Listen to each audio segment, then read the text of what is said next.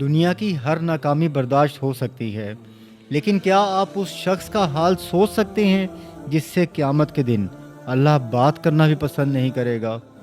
صحیح مسلم کی حدیث ہے، اللہ کے رسول صلی اللہ علیہ وسلم نے فرمایا، 3 لوگ ایسے ہیں جن کی طرف اللہ دیکھنا بھی پسند نہیں فرمائے گا۔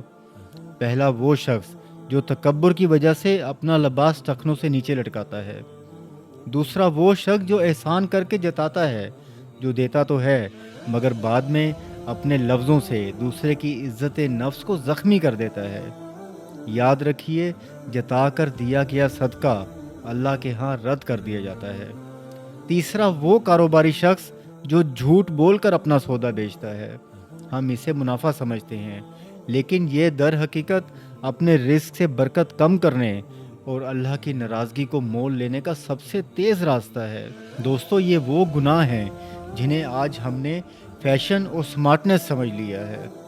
سوچیں کہیں ہم بھی ان میں شامل تو نہیں۔ اللہ ہمیں سیدھے راستے پر چلنے کی توفیق عطا فرمائے۔ اگر بات دل کو لگی ہو تو نیچے آمین لکھ کر اسے دوسروں تک ضرور پہنچائیں۔